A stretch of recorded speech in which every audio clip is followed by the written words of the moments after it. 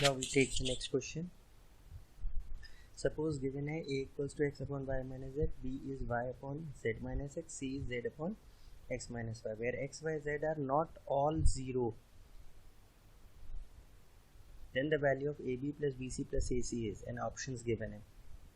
Not all 0 का मतलब क्या है कि x 0, y 0, z 0 ये सोल्यूशन नहीं है और ये सोल्यूशन नहीं है. ज़रा इसको हम वो करें रीअरेंज, तो A Y minus A Z equals to X, तो ये हो जाएगा X minus A Y plus A Z is 0. Similarly B Z minus B X is equal to Y, which can be written as B X plus Y minus B Z is 0. और तीसरे को rearrange करें तो C X minus C Y is Z, तो ये हो जाएगा C X minus C Y minus Z is 0. अब ये एक्स वाई जेड में क्या हो गई, 3 लीनियर इक्वेशंस और होमोजीनियस हो गई. तो होमोजीनियस इक्वेशंस हो गई और ये तो हमेशा कंसिस्टेंट होती हैं, या तो यूनिक या इन्फिनिट सॉल्यूशन, ट्रिवियल या नॉन ट्रिवियल. लेकिन उन्होंने कह दिया कि X Y Z are not all 0, मतलब यूनिक सॉल्यूशन नहीं है. तो इसका मतलब क्या हुआ, इन्फिनिट सॉल्यूशन है. तो उसके लिए इसका मतलब हुआ नॉन ट्रिवियल सॉल्यूशन के लिए क्या होता है, coefficients of X Y Z का जो डिटर्मिनेंट उसकी वैल्यू 0 आनी चाहिए. तो 1 minus A B 1 minus B C minus C minus 1, इसकी वैल्यू क्या आ जाए, 0 आ जाए. इसको हम सिंपली एक्सपैंड कर देते हैं.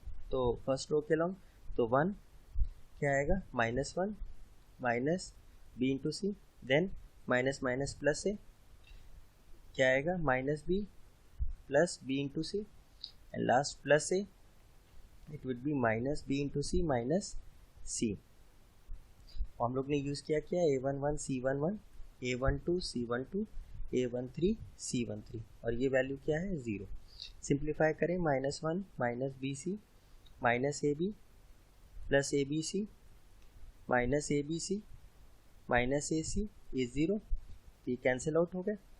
तो A B plus B C plus A C हम राइट साइड ले गए, तो इक्वल्स टू क्या आया -1. Therefore our answer to this question is -1. Now we take the next example.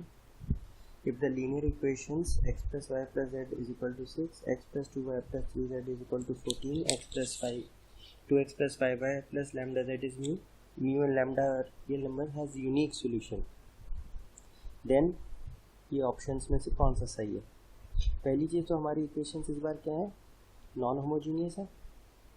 और नॉन होमोजीनियस इक्वेशंस में यूनिक सॉल्यूशन कब होता है, जब जो हमारे वेरिएबल्स हैं उनका जो कोफिशिएंट डिटर्मिनेंट है, that is 1 1 1, X Y Z के जो कोफिशिएंट्स का डिटर्मिनेंट है 1 2 3 एंड 2 5 लैम्डा, इसकी वैल्यू क्या है, not equal to 0.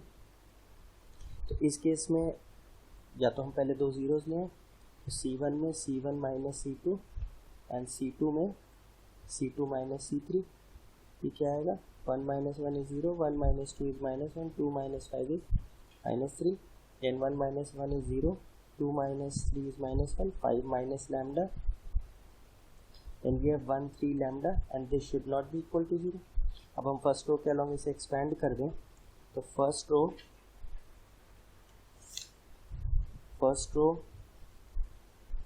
And third column eliminate करें तो क्या आएगा 1 इंटू -1 इंटू 5 माइनस लैम्डा हो गया lambda -5, minus 1 into -3 is 3, and this should not be equal to 0.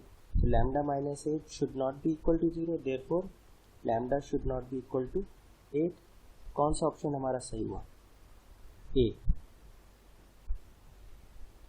Now let's take another question. The number of positive integral solutions of this equation are, मतलब ये जो हम सॉल्व करेंगे, एक equation आएगी equals to let's say 11 in terms of X Y Z. उस equation के integral solutions और positive integral solution, positive integers मतलब नेचुरल नंबर सॉल्यूशंस होनी चाहिए, मतलब एक्स की वैल्यू भी नेचुरल नंबर होनी चाहिए, y की भी नेचुरल नंबर होनी चाहिए और z की भी नेचुरल नंबर वैल्यू होनी चाहिए. तो ऐसे एक्स वाई जेड की कितनी वैल्यूज होंगी जो इस इक्वेशन को सेटिस्फाई करेगी। तो लेट्स से हम लोग ने क्या किया, रो 1 में लेट्स से एक्स आर 1 किया, रो 2 में वाई आर 2 किया, रो 3 में जेड आर 3 किया। क्या किया, यहाँ हो जाएगा X 4 plus X cube Y, X cube Z, यहाँ हो जाएगा X Y cube, Y 4 plus Y and Y cube Z, और थर्ड रो में हो गया X Z cube and Y Z cube and Z raise to power 4 plus Z. इन जैसे question में हम लोग ने पहले भी डिस्कस किया था कि जब हम रोज़ में कोई चीज़ मल्टीप्लाई करते हैं, तीनों रोज़ में अलग अलग वेरिएबल्स, तो हम कॉलम से वो जनरली कॉमन निकाल सकते हैं। तो देखिए कॉलम 1 में एक्स कॉमन है, कॉलम 2 में वाई कॉमन है, कॉलम 3 में जेड कॉमन है। पहले तो यहाँ एक्स वाई जेड लिखें क्योंकि हमने मल्टीप्लाई किया तो कॉम्पनसेट करेंगे। Now taking out X from column 1, Y from column 2 and Z from column 3, तो क्या हो जाएगा, एक्स वाई जेड बाहर आया, एक्स वाई जेड यहाँ हो गया, what we get X cube plus 1। Now यहाँ से एक्स निकल चुका है तो वाई क्यूब और जेड क्यूब, यहाँ पे X cube, second row column से हमने वाई कॉमन निकाला है, वाई क्यूब प्लस 1 और जेड क्यूब। सिमिलरली कॉलम 3 से जेड कॉमन निकाला तो एक्स क्यूब, वाई क्यूब और जेड क्यूब प्लस 1। नाउ अगर हम गौर से देखें तो X cube Y cube Z cube plus 1, X cube Y cube Z cube plus 1, X cube Y cube Z cube plus 1, यानी सिंपली हमको दिख रहा है R1 plus R2 plus R3 कर दें और क्या कॉमन निकाल लें, X cube plus Y cube plus Z cube plus 1, तो क्या आ जाएगा, ये तो कैंसिल हो गया, X cube plus Y cube plus Z cube plus 1 तो कॉमन निकाल लिया, फर्स्ट रो से क्या बचा 1 1 1, Y cube Z cube Y cube plus 1, Z cube Y cube और Z cube plus 1 equals to 11। तो अब तो हमें 3 वंस दिख गए, तो हम 2 जीरोस ले आए, तो क्या लिख दें, C1 में C1 माइनस C2 और C2 में C2 माइनस C3, तो क्या हो जाएगा X cube plus Y cube plus Z cube plus 1 बाहर और यहाँ हो गया 0, वाई क्यूब में से वाई क्यूब प्लस 1 गया तो माइनस 1, जेड क्यूब में से जेड क्यूब गया 0।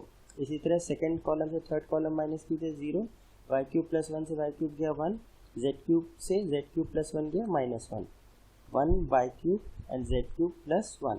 अब हम फर्स्ट रो के अलॉन्ग एक्सपैंड कर दें, तो first row and third column eliminate कर दें, तो क्या बचेगा, -1 into -1 is 1 and 0 into 1 is 0, तो खाली 1 ही आएगा, तो 1 into X cube plus Y cube plus Z cube plus 1, यहाँ पे this would be plus 1 equals to 11, तो क्या आ जाएगा X cube plus Y cube plus Z cube equals to 10। अब ये हमारी इक्वेशन निकली है। अब एक्स वाई जेड की क्या वैल्यूज रखी जाएं जिससे कि 10 आ जाए और एक्स वाई जेड क्या होने चाहिए, नेचुरल नंबर्स होने चाहिए। तो let's say starting from the lowest natural number, let's say हमने कहा एक्स को 1 रखते हैं, एक्स को 1 रखा तो क्या हो गया 1 क्यूब। अगर वाई को 1 क्यूब रखें तो क्या हो गया 1 क्यूब, तो 1 क्यूब प्लस 1 क्यूब इज 2। अब z को क्या रखें जिससे कि सम 10 आ जाए, लेट्स से z को तो फिर ऑब्वियसली 2 रखेंगे, 2 क्यूब, तो ये हो गया 8, ये हो गया 1, ये हो गया 1 विच गिव्स यू 10, यानी ये एक सोल्यूशन पॉसिबल है। नाउ x की वैल्यू 2, y की 1, z की 2, ये एक सेट ऑफ नंबर्स है। अब इसमें तो हम किसी को भी कोई वैल्यू दे सकते हैं, let's say this is x, this is y, this is z, x को 1, y को 1, z को 2। सेकेंड ऑप्शन क्या है, x को 2, y को 1, z को 1, और तीसरा ऑप्शन क्या है, x y को 2, x को 1, z को 1। ये तो 3 सॉल्यूशंस हमको अलग अलग मिल गए x y z के, तो 3 सॉल्यूशंस तो ये हुए। नाउ अब अगर हम कोई और वैल्यू लेते हैं, लेट्स से अगर x को हमने 2 लिया और y को भी 2 लिया, तो ये पॉसिबल नहीं, क्योंकि x क्यूब हो जाएगा 8, y क्यूब हो जाएगा 8 एंड 8 ऑलरेडी 16 हो चुका है और हमें टोटल चाहिए 10, तो फिर और कोई सोल्यूशन हमको मिल ही नहीं सकता, एक ही 2 आ सकता है और 2 1s होंगे। तो इन इफेक्ट हमारे कितने ओवरऑल सॉल्यूशंस होंगे, सिर्फ 3 सॉल्यूशन ही पॉसिबल है। तो therefore our answer to this question is there are three solutions which are possible.